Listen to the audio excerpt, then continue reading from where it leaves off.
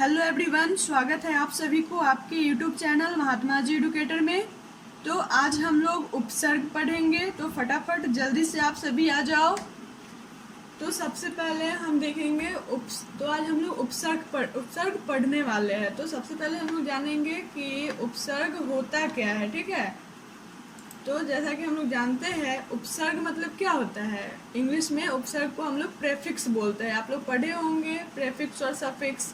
तो वही प्रेफिक्स मतलब क्या होता है, उपसर्ग। तो हम लोग वही उपसर्ग पढ़ने वाले हैं। ठीक है, तो सबसे पहले आप लोग यहाँ जान लो कि उपसर्ग मतलब होता क्या है। ठीक है, तो यहाँ देखो प्री मतलब क्या होगा।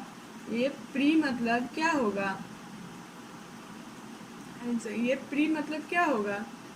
प्री मतलब होता है आपका पहले, और फिक्स मतलब पहले फिक्स, यानी कि जो पहले से ही फिक्स है।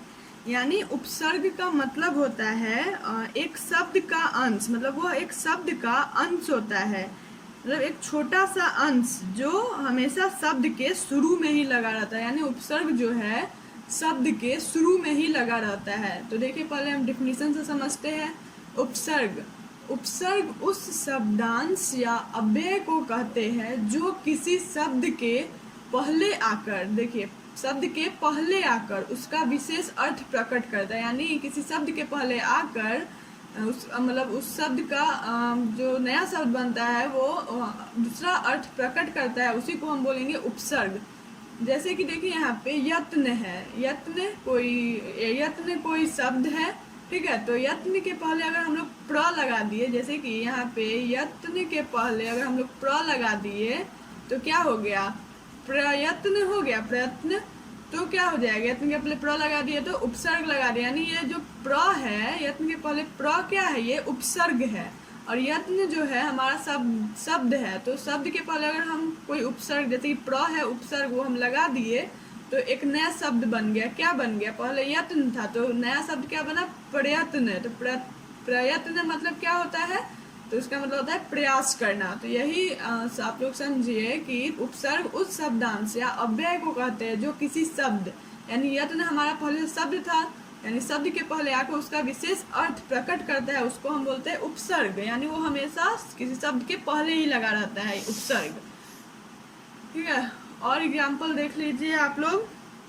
जैसे उपहार में जो है हमारा, इसमें उपसर्ग क्या होगा, तो उपसर्ग इसमें होगा उप। ठीक है, उप हमारा उपसर्ग होगा। और एक और एग्जाम्पल देखिए, आहार में उपसर्ग क्या होगा। इसका आंसर आप हमको दीजिए कमेंट बॉक्स में। इसका आंसर आप हमको बताइए। ठीक है, कि आहार में उपसर्ग क्या होगा, फटाफट से आप लोग जवाब दो इसका।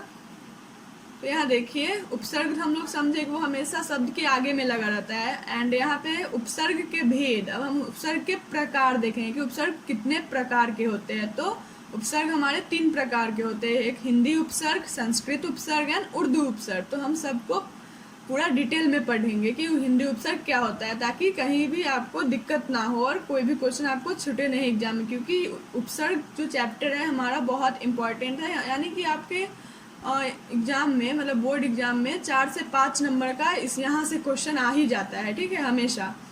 तो देखिए हिंदी उपसर्ग के बारे में सबसे पहले हम जानेंगे। 3 तरह का उपसर्ग होता है, हिंदी, संस्कृत और उर्दू उपसर्ग। तो सबसे पहले हिंदी उपसर्ग क्या होता है, तो हिंदी उपसर्ग और उससे बनने वाला शब्द, ठीक है, के बारे में हम लोग जानेंगे। जैसे अ जो है हमारा क्या है, उपसर्ग है। और उसका अर्थ क्या हो जाता है, अ का मतलब क्या हो जाएगा, अभाव या फिर नहीं या फिर निषेध। ये अ का मतलब हुआ। और उससे बनने वाला शब्द, यानी कि ये शब्द जो है ना, ये अ उपसर्ग है। और अ का जो अर्थ होता है, मतलब अ का मतलब अभाव होगा या फिर नहीं होगा या निषेध होगा। और ये जो हम दिए अपज, अबोध, अजान, ये सब ये क्या है, तो ये हमारा उपसर्ग से बनने वाला प्रमुख शब्द है। यहाँ नोट में देखिए लिखा हुआ है आपका कि ये सब हिंदी के उपसर्ग, यानी कि अ जो है हमारा उपसर्ग है और उसके अर्थ, यानी अ का अर्थ ये है अभाव और नहीं या फिर निषेध, अर्थ के साथ उपसर्ग से बनने वाले प्रमुख शब्द है। तो ये हमारा उपसर्ग से बना है ना। तो अपज में क्या है, उपसर्ग अ है उपसर्ग। अबोध में क्या है, उपसर्ग अ है।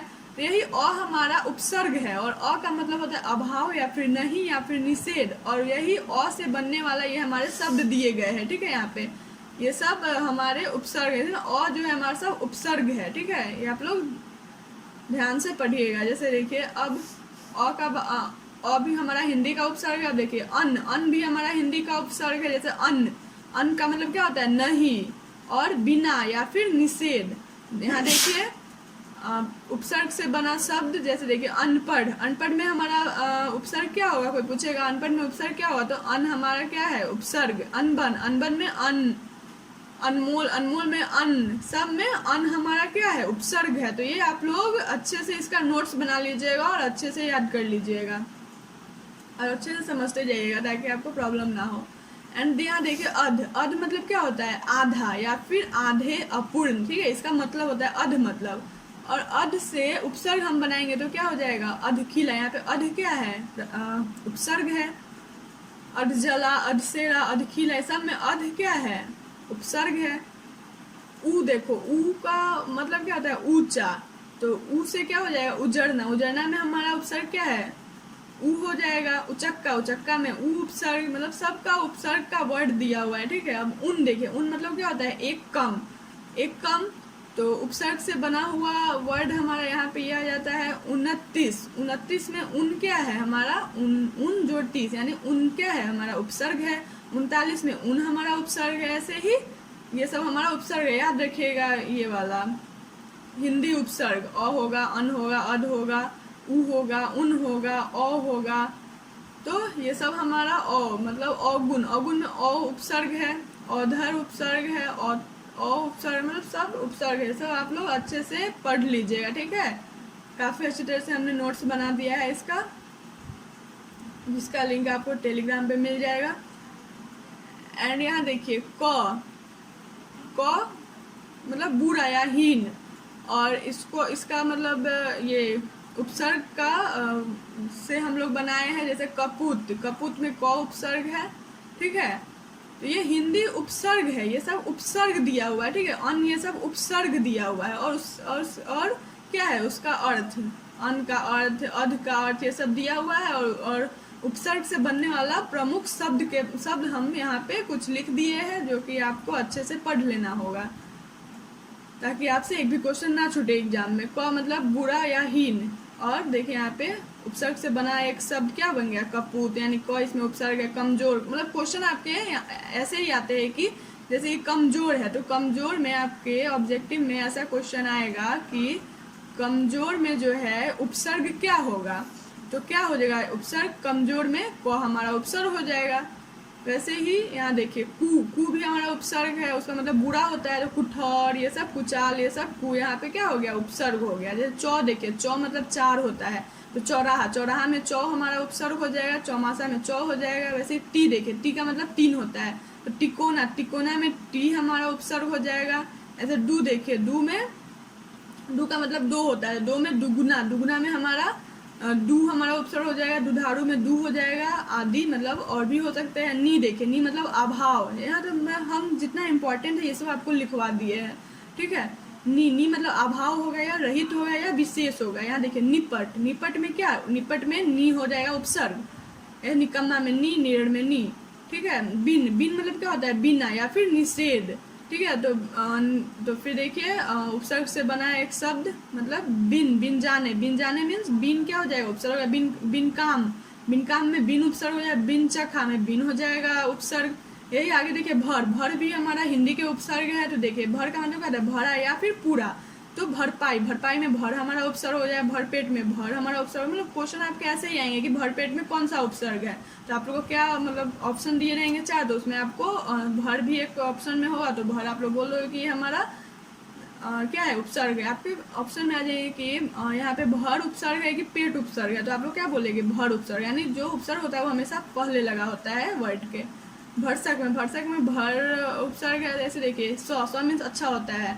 ठीक है, अच्छा मीन्स क्या होता है अच्छा होता है, तो अच्छा होता है सा का मतलब ये हमारा हिंदी का उपसर्ग है। तो उससे उपसर्ग से बना हुआ वर्ड क्या हो जाएगा सहेली, सहेली में सौ हमारा उपसर्ग हो गया। सवेरा में सौ हो गया, सहित में स हो जाएगा। फिर सु देखिए, सु मीन्स क्या होता है, अच्छा होता है, तो सु मीन्स अच्छा होता है। तो सुफल देखिए, उस उपसर्ग से बना एक वर्ड देखिए सुफल, सुफल में सु हो जाएगा उपसर्ग। यही सुडौल में सु हो जाएगा, सुजान में सु हो जाएगा। जैसे पर देखिए, पर का मतलब क्या होता है, दूसरा या बाद का।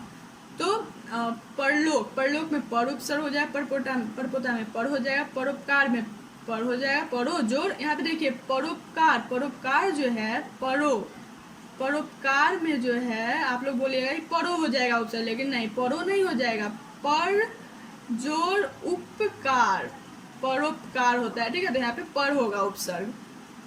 तो यहाँ पे हमने हिंदी का उपसर्ग और उससे बनने वाला शब्द देखे, ठीक है। हम लोग यहाँ पे यही देखे कि हिंदी से बनने वाला ये हमारा उपसर्ग, जैसे अ हो गया, अन हो गया, अध हो गया, उ हो गया, उन हो गया, अ हो गया, और बहुत सारे, ये सब क्या है, हिंदी उपसर्ग है, ठीक है। यही सब होता है हिंदी उपसर्ग। और उससे बनने वाला शब्द हमारा क्या हो जाए, जैसे उपसर्ग से बनने वाला शब्द अपच, अबोध, ये सब हो गया, ठीक है। तो यहाँ पे हम मेरा हिंदी उपसर्ग कंप्लीट हुआ, और संस्कृत और उर्दू उपसर्ग बच गया, जो कि हम अगले क्लास में करेंगे, यानी कल हम इसको कंटिन्यू करेंगे। तो यहाँ पर हमने उपसर्ग का हिंदी उपसर्ग पढ़ा, उसके बाद हिंदी उपसर्ग और उससे बनने वाला शब्द के बारे में जाना। एंड आगे कल मैं इसके आगे कंटिन्यू करूँगी। तब तक के लिए बाय बाय।